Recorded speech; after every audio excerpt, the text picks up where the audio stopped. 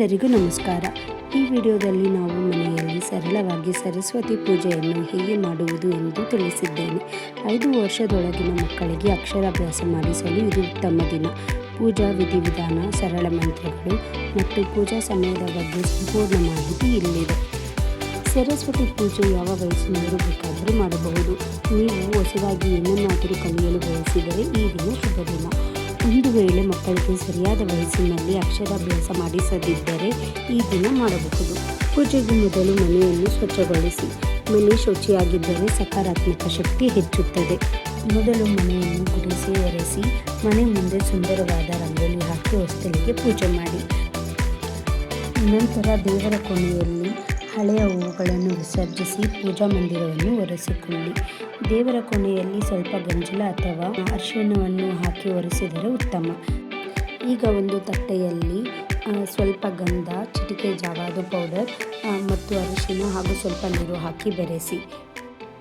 ದೇವರ ಫೋಟೋಗಳನ್ನು ಮೃದುವಾದ ಬಟ್ಟೆಯಿಂದ ಒರೆಸಿ ಫೋಟೋಗಳಿಗೆ ಮತ್ತು ಪೂಜಾ ಪಾತ್ರೆಗಳಿಗೆ ಅರಿಶಿಣ ಕುಂಕುಮ ಹಚ್ಚಿ.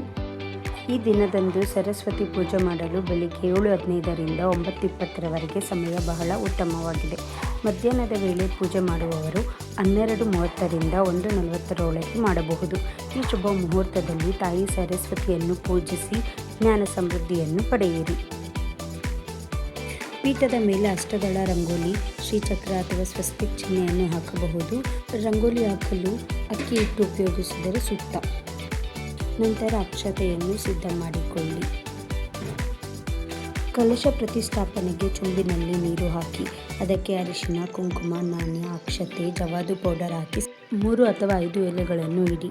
ನಂತರ ಸಿದ್ಧ ಮಾಡಿಕೊಂಡ ತೆಂಗಿನಕಾಯಿಯನ್ನು ಇಟ್ಟು ಕಲಶವನ್ನು ಅಕ್ಕಿಯ ಮೇಲೆ ಪ್ರತಿಷ್ಠಾಪಿಸಿ. ಫೋಟೋಗಳಿಗೆ ಹೂವುಗಳನ್ನು ಅಲಂಕರಿಸಿ. ಈಗ ದೇವರ ಮುಂದೆ ಒಂದು ಮಣೆ ಅಥವಾ ಬಟ್ಟೆಯನ್ನು ಹಾಕಿ ನೇರವಾಗಿ ನೆಲದ ಮೇಲೆ ಇಡಬೇಡಿ. ಗ್ರಂಥಗಳಾದ ರಾಮಾಯಣ, ಮಹಾಭಾರತ ಮತ್ತು ಮಕ್ಕಳ ಪುಸ್ತಕಗಳನ್ನು ಇಟ್ಟು ಪೂಜಿಸಿ. ಮಕ್ಕಳಿಗೆ ಸ್ನಾನ ಮಾಡಿಸುವಾಗ ನೀರಿನಲ್ಲಿ ಸ್ವಲ್ಪ ಅರಿಶಿಣ ಹಾಕಿ ಸ್ನಾನ ಮಾಡಿಸಿ. ಹೊಸ ಅಥವಾ ಹಳದಿ ಬಟ್ಟೆಯನ್ನು ಹಾಕಿ ಮೊದಲು ಮಕ್ಕಳ ಕೈಯಲ್ಲಿ ಅರಿಶಿಣ, ಕುಂಕುಮ, ಅಕ್ಷತೆ ಹಾಕಿಸಿ ತುಪ್ಪದ ದೀಪವನ್ನು ಹಚ್ಚಿ ಕರ್ಪೂರದಿಂದ ಆರತಿ ಬೆಳಗಿಸಿ. ಮಕ್ಕಳಿಗೆ ಅಕ್ಷರಾಭ್ಯಾಸವನ್ನು 2.5 ವರ್ಷದಿಂದ 5 ವರ್ಷದೊಳಗೆ ಮಾಡಿಸಬೇಕು.